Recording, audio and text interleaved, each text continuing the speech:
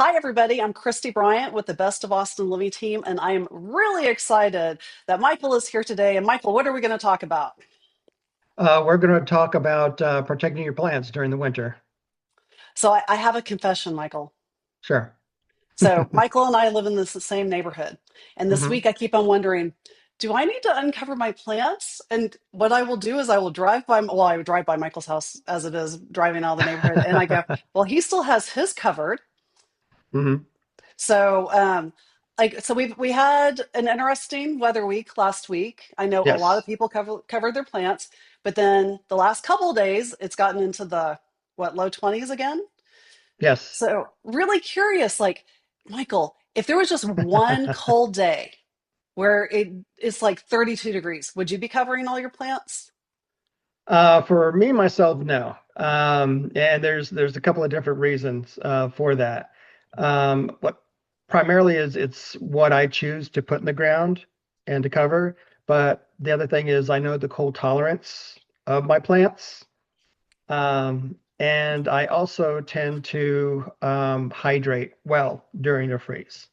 So I think that for my plant selection at home, that if I water well about 2 days before freeze, Hmm. they should be fine. That water is going to circulate through the plants, keep them from freezing in that manner, and they typically are fine. If it gets a little colder, then I might throw out a couple of covers on a couple of plants, but generally a low freeze, I don't cover them.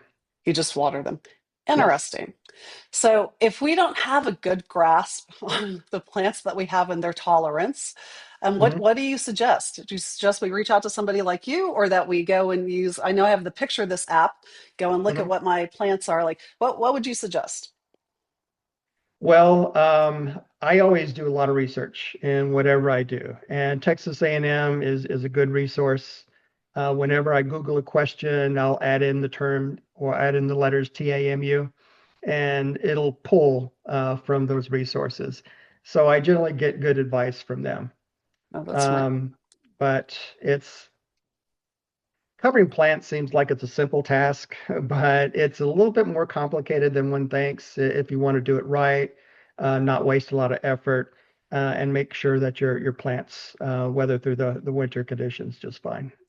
Absolutely. Okay, well, we're going to get into the presentation that you created for our discussion today. But why don't we take a step back? Michael, who are Sure. you and what is your business? And maybe how do we know each other? So, you take amazing care of my clients. So, who are you? What do you do? Sure. Well, my name is Michael Henderson. I live in Southwest Austin in the Meridian neighborhood. For 20 years, I worked in technology. Very stressful job. So I started doing a lot of my own landscaping and a lot of gardening and plant care, and I did a lot of research. So I became pretty good at it. So when I got laid off after 20 years, all my friends and neighbors that said you should go into landscaping. So um, I kind of, you know, wasn't too sure, but after I tried it out for a while, I was loving it and I was really getting good results. So for the last 2 years, I've been a full-time landscaper. I love it. And do you prefer, is there like a certain client, do you prefer to put in a whole new yard or do you prefer to come in and help make adjustments? Like, who's your ideal client, or are they all your ideal client? I would say my ideal client is someone that is really not willing to expend a lot of money on landscaping, hiring a landscape architecture. Anyone that's more practical in their approach, because that's pretty much my approach. I'll do the same thing for a client that I would do for myself. So we do formal installations, a lot of steel edging, a lot of decorative aggregate installations, but we also do sod installations. Really anyone. But I offer a couple of unique services that are not readily available. One is that, well, you've benefited from, and your clients have, my revitalization service. It's a real practical approach to take a landscape that has really run wild, sometimes for many years.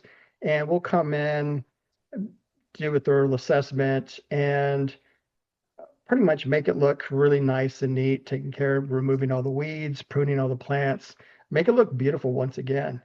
I believe we did one home. It was something out of Planet of the Apes, but Oh, that's we funny. only ended up adding two plants that shrubs that had passed on, but they ended up having some great plants underneath all the weeds, and they it just looked the home looked spectacular. So yeah, I like doing those type of jobs as well. Perfect. Okay. Well, thank you for that. And I still remember the one in Travis Country that I don't even, I mean, you did a lot of work there, but it was Hmm. amazing. Within 48 hours, it was a whole new house. It was a whole new property from what you had done in the yard. And it wasn't, it needed to be done, but it was stunning. The Yes. transformation was just stunning. It Oh, really thank you. showcased the house, which was, and I Yeah. got it sold very But quickly, yes. actually. So thank you. Thank Right. you. Sure. You're Yes. welcome. Well, let's go ahead. Let's bring up the presentation. So we've got Central Texas winter weather preparation covering plants. So I said like let's do this. It's very apropos right now. I have a feeling we will have a few more times of cold weather before like in the next month, most likely. Yes. Hmm. So let's talk about it. Oops, let me just click on this. Sure. And we can go to the next slide. I Okay. generally, I'm just so stuck into a lot. I used to create a lot of presentations and technology. So can you see the So as I mentioned previously, knowing the fundamentals is really key. It seems like a simple task, but as I'm driving through the neighborhood and going to my customers' locations, I see some mistakes that could really harm plants. So covering a plant is not enough. What the objective here is you want to trap ground heat and bring it around the plant to keep the plant nice and warm during cold temperatures. So in the interior, yeah, you have your covering. You can see the heat being trapped in there. That's what you want to maintain, but you want to make sure that covering is secure to the ground. So I'll put in either landscaping stakes or just rocks to create a nice seal. That traps that ground heat and um, keeps the plant warm. And when we had that Winter Storm Uri, those type of coverings were really beneficial in yeah. saving a lot of my expensive succulents. You want to use a proper and practical covering. You know, you don't want to throw like a comforter over that. Yeah, in some cases where you have a lot of leafy greens, you don't want to crush the plant.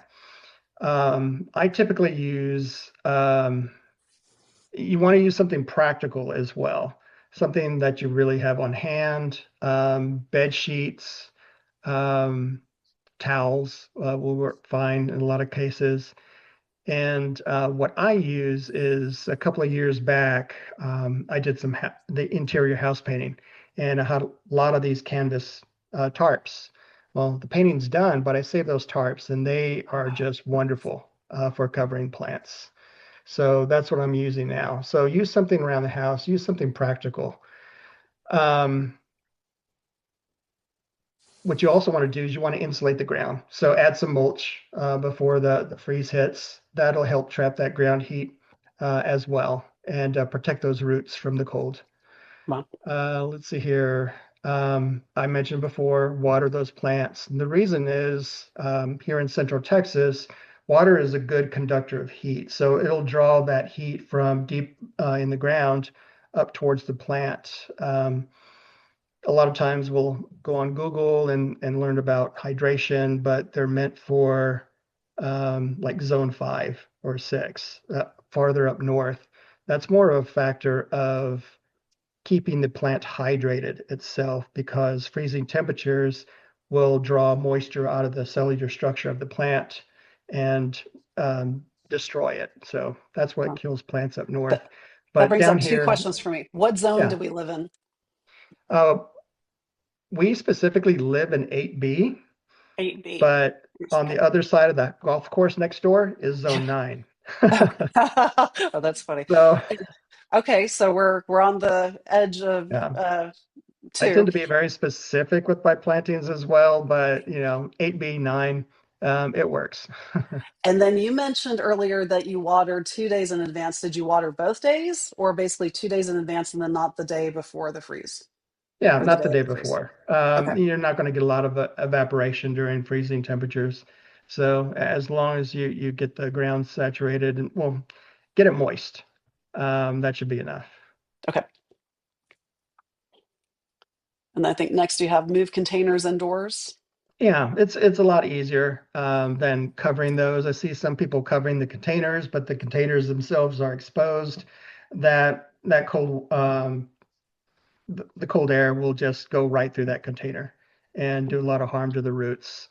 So you want to either cover the whole plant and the container and trap that ground heat, or just bring the container indoors. That's what I Okay. would do with mine. I find it just a lot easier. Um, you also want to know, I invest a lot in my landscapes and my clients' landscapes. So you want to know the freeze tolerance. And the winter cycle of your mature plants. So I'll have some plants, mostly natives, that are they have a freeze tolerance of 0. So I'm not going to cover them as it gets down to Wow. 0. Yeah. Yeah, but if you have something more tender, something that's not native, you want to know how cold can it get, and if it's going to hit those temperatures and below, then you want to cover them up. So what if you didn't cover a plant or a bush and before it looked fine when it had Mhm. similar weather and this time it doesn't? So I'm anticipating that it's not dead, but it looks pretty rough. At this Yeah. point, do I wait a month or so before I trim it back, or what do I do? It really depends specifically on the plant. The best Okay. course of action is to wait in the spring until you do anything. But if you're like me and a lot of my clients, you want a neat appearance to your property, even though it's in the middle of winter. So I will might cut them back a little bit. Okay. When cutting back, if you come across a branch, you want to scrape that branch a little bit with a knife or a tool. If it's green inside, you don't want to cut it. Okay. Um, and pruning a plant during the winter, when you prune, it promotes new growth. And that new growth, if it freezes again, will freeze. Not only Okay. will that new growth freeze and die off, but it can further damage the plant depending on what type of plant you have. So it's just best to hold off on the proper pruning until the springtime. But if you want to clean up the plant and make it look a little bit more presentable, that's typically fine. Okay. Oh, and this is interesting. I read this when I was looking through your presentation earlier about the timing of covering them. So please talk more about this. Yes, and that's a tip I specifically got from Texas A&M. So if we're getting a sudden freeze, they say the best bet is to wait until, the heat of the afternoon to throw your cover on there. But if you're like me, I'm busy covering other people's plants instead of mine. Yeah. So timing is something you have to consider. But if you have a freeze coming, you're not sure if you're going to have time the day before, covering up a couple of days in advance is fine. Okay. Yeah, that's good. But if it's coming and you're cutting it close, go out there and throw something over there pretty quick if you want if you want to save your plants. So then I'm curious, like we had the hard freeze last week. This weekend it's Mhm. been cold. I mean, it's been freezing again. At what point do you uncover the plants? Are we waiting until like it's in the 30s, or are we just like, what's your suggestion? Yes. So the experts say if you have a day that's above freezing, uncover and then recover. But I did not do that because practically it's a little challenging for me to find that time. So I noticed it was going to be above freezing for 2 days, and then it was going to freeze again. So I just kept them over covered. That's what I did. And if you cover them for 2 to 3 weeks, that's typically going to be okay. Once Oh, again, it's going to really? be dependent on For the 2 to 3 plant. weeks. Wow. Okay. Yeah.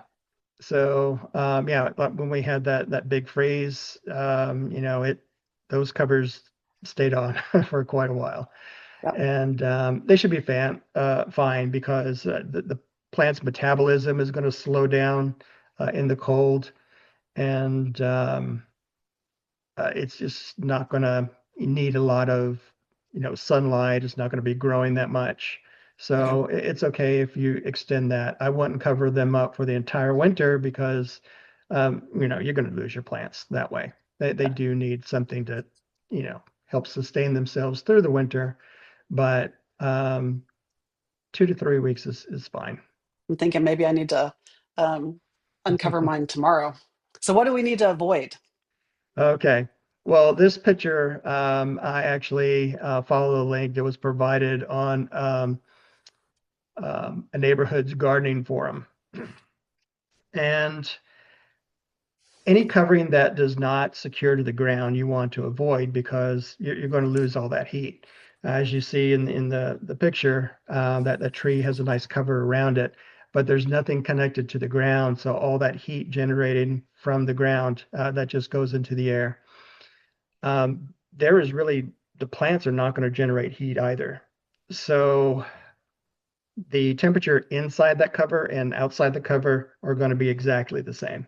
Oh, wow. So if you make a big investment to protect your citrus trees, you're going to lose your trees in a hard freeze. The image next to it, where they have more of a teepee type thing, that works. So if you would zip that down and then stake it to the ground, that's going to work. But Okay. the other thing to avoid is expensive products. And there's a lot of marketers that like to use a lot of fear and say you need the best product in order to save your plants. That's really not the case. Um, this product right here, that one single item, is nearly $30. And that's a pretty good investment if especially if you have a lot of plants to cover. And of course, it's not going to work. Another thing is advice from social media. It's always hit and miss. I know I have a social media presence, but it's very small.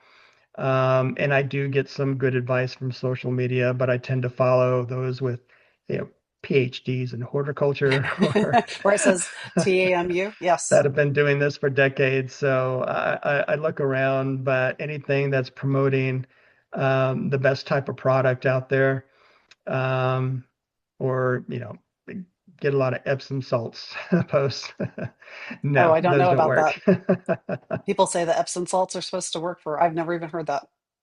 They apparently work for everything, Oh, okay. insect control, plant growth, and so Interesting. it's yeah, I don't know why it keeps going around, but they do that.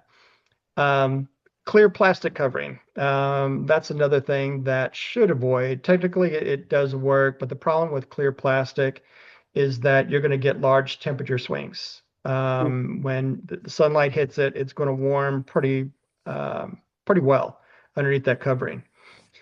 And then at night, it's going to get really, really cold. And those temperature swings are going to impact the plant's health. It's going to increase stress, and that in a lot of plants that will jeopardize the stress and the health of your plant. So it's best just to avoid plastic. Okay. Plus, it's plastic. Yeah. This it looks a little bit like my front yard, although I know it's not. Yeah, that is actually my front yard. Oh, is it? It looks like mine. Funny. Yeah, so we talked about this before, anything with a hardness zone of 8B or higher, or for us, or 9. And if you look up the USDA hardness zone, 8B is 15 degrees. So at 15 degrees, it's going to be fine. And that hardiness zone is an average. So just because I live in 8B doesn't mean that if I have a plant for 8B, it's going to survive. If the temperature plunges below 15 degrees, then you got to start worrying about it because that's below average, and it'll impact your plant. Okay. The other thing I find is a common mistake people make in that they'll treat an immature plant or new plant just like a mature plant. So, yeah, it has a hardness zone that's within 8B. I'm going to be fine, but they just planted it within the year. It hasn't developed a full root structure. It is not well acclimated to the environment. In those cases, when it's immature, it's much more susceptible to stress.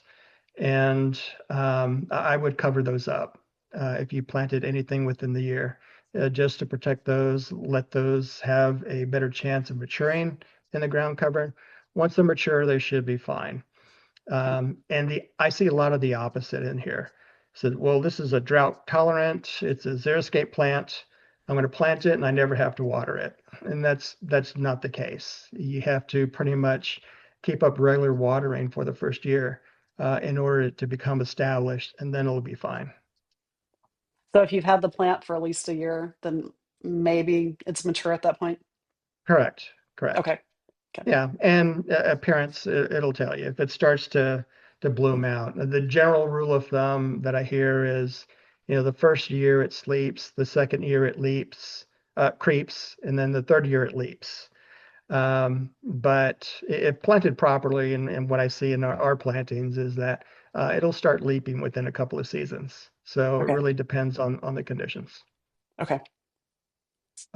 Also, any Oh, plants that sorry. have been stressed. If we've had a really harsh summer, and the plants are really not looking great, we had a dry winter, we had a really dry December, and the plants are showing signs of stress, you don't want to further stress them by um, exposing them to freezing temperatures. So it's best to cover those as well. And of course, succulents. I love my succulents. My ghost plants is what I have the most. Those are from generally zone 10 or 11, and they will freeze. So protect those. Those are typically expensive too. And the So you want to be ready when yeah. winter comes along. Once again, research the cold tolerance of your plants. Know what you're dealing with. Know what you have to cover and when to cover them. Um, you want to keep your plants healthy during the year so they're not stressed by the Yeah. winter weather. You know, proper moisture, proper fertilization. This is Perfect. Microlife Biomatrix. It's a liquid organic fertilizer. It's concentrated. You mix it with water. It just does wonders for plants, especially if you need to build up your soil structure. It provides your plants with everything it needs. So, keeping your plants really healthy during the year is important. Um, Once again, mulch to prepare the soil to protect the roots. Um, How often yeah, are you mulching? Are you mulching a couple times a year? about once a year. Yeah. Once a year. And a Okay. lot of people already have mulch, so they don't have to worry about it. But if you see bare ground, that's when you should add some mulch. Okay. Yeah. Yeah. Um, what I also do is fertilize with liquid seaweed, and this has a big impact. I use several types. This is Maxi Crop liquid seaweed. Now, it doesn't have much for nutritional value. It's not going to help your plants grow, but what it has been scientifically proven to do is enhance cell structure. It's like a tonic for plants. It really builds up vitality, Wow. is the best word to describe it for plants. What it also does, it works as an antifreeze. So it will enhance the cell structure to be more withstanding of freezing temperatures. And the cold tolerance you can actually build up to 4 or 5 degrees Wow. in addition. Not a That's lot. interesting. And it's That's a not a lot though. cure 4 or 5 tonic. degrees. That makes a Yeah. And it's, difference. once again, don't use it just for that. But I've seen it does have noticeable impacts. So liquid seaweed is good to apply, not only to your plants, but on your lawn. And then And don't once prune again, before do not, winter. That's I'm me. sorry. I did a little pruning before Okay. Yep. Yeah. Well, you have to be careful with that, but yeah, in general, you don't want to prune before a freeze as well. Yep. My Timing, usually when I start getting down the Halloween decorations, I'll take an stop. inventory of my winter prep for the plants. Hmm, And if I need to go out and get something, that's the time to get it. well, that's smart. There's a reason why you're doing this. Yep. Yeah. Don't forget about the lawns as well. So you're not going to cover your lawn with tarps. Nobody's I've tried to seen do that that, have once, they? Really? but No, you're joking. Somebody had covered their lawn. yeah, I've seen it once. Wow. Like they had a small lawn, but yeah, but That's no, great. it's not practical. It's it's not really necessary. Um, but you can cover it, but not in the type of covering you might be thinking. What you want to do is once again maintain a good lawn health because winter is really going to be stressful on your lawn. You want to make sure you maintain moisture levels in that. I know a lot of people will shut off their sprinkler systems during the winter, but we had a really dry December. That's bad because the roots are still living, they're still growing. They need to survive. So they need adequate moisture. They don't need a lot, but you want I to need make sure some. that the soil does not dry out. What you can do in regards to covering and what nature does kind of is that um, leaves. You want to mulch those onto the ground. And what that does, as a nature, those leaves will hit the ground and it'll become an insulator Wow, between those really cold temperatures and the ground. So that's you get a little micro climate going in there where it's protecting that root structure. So that's really beneficial. And I know my lawn manager will go out and he'll still be mowing in the winter, but what he does, he'll blow out all the leaves onto the ground and then just mulch them in. And you can't see. It looks fine. It looks like a lawn because all the leaves are in little tiny particles and they're covering the ground. But in the springtime when it warms up, those leaves start decomposing and they add beneficial nutrients to the soil. So that's an added benefit as well. that's great. And once again, fertilize with liquid seaweed. That really will help keep your lawn healthy, at least the roots healthy. Um, a good key there is, when springtime comes around, what is brown is not going to turn green. You got to get rid of the brown. And the Okay. growth will emit from underneath the ground because those roots are healthy through stolons or rhizomes. And that's where you're going to get your lush lawn. And if you remove all that brown, you're going to get really rapid and thick coverage pretty quick. Good to know. So when to clean up, yeah, it's going to be a mess after a freeze. So you see here, there's some things that were not covered, and this was taken um, late last week Oh, really? after our Just most after recent last weekend? freeze. Wow. Yeah. Okay. So Wow. nothing here was actually covered, Yeah. but they are cold tolerant. These are mostly lantana here in the foreground. There's some salvia greggi in there. In the background, right against the house, there's some Gulf muhly, ornamental grass. So um, this client and most clients like a really nice tidy appearance. So what we did was we pruned down a couple of inches and made it into a nice shape. So it didn't look all scraggly as it is right now. So it looks good. We pruned down the ornamental grass, once again, give it in a nice shape, but still leaving quite a bit of height there to further protect the roots, the grass, and the little critters that have laid their eggs or that are hibernating at the base of the plant. We'll leave them alone, and that'll protect when we get another freeze. And Okay. typically we'll get one in February, one or two. That's what I'm thinking. We're still in for Yeah, at least one more. yeah. So this way it's nice and clean. Everything's good. We took all the debris, threw it on the grass, and then mowed it in. So we're protecting the grass as well. Thank you, Michael. So how can people find you? They can find me on Facebook by searching Artisan Gas. They can give me a call at 512-966-0055 or send me a text. They can also email me at mm.hendo@outlook.com. Perfect. I appreciate you, Michael. You help keep many people's lawns looking amazing. I will say that Michael came in, so our lawn has been through a couple of iterations, and he came in and really helped us um, with a few problem areas that I hadn't been able to resolve, and I really appreciate it because Sure. we have a lot of people comment on our lawn, our yard, our front yard, and when it's not looking its best, it's a little sad. So thank you for helping me maintain a really amazing yard. Thank you. You're very welcome, and it's also a lot of fun. Enjoy working in your yard. Perfect. Thank you, Michael. Take care. Hope everybody enjoyed this information. And if you have questions for Michael, I will put his information back up one more time. Here you go. So reach out. He's the master. Thank you. Thanks, Christine.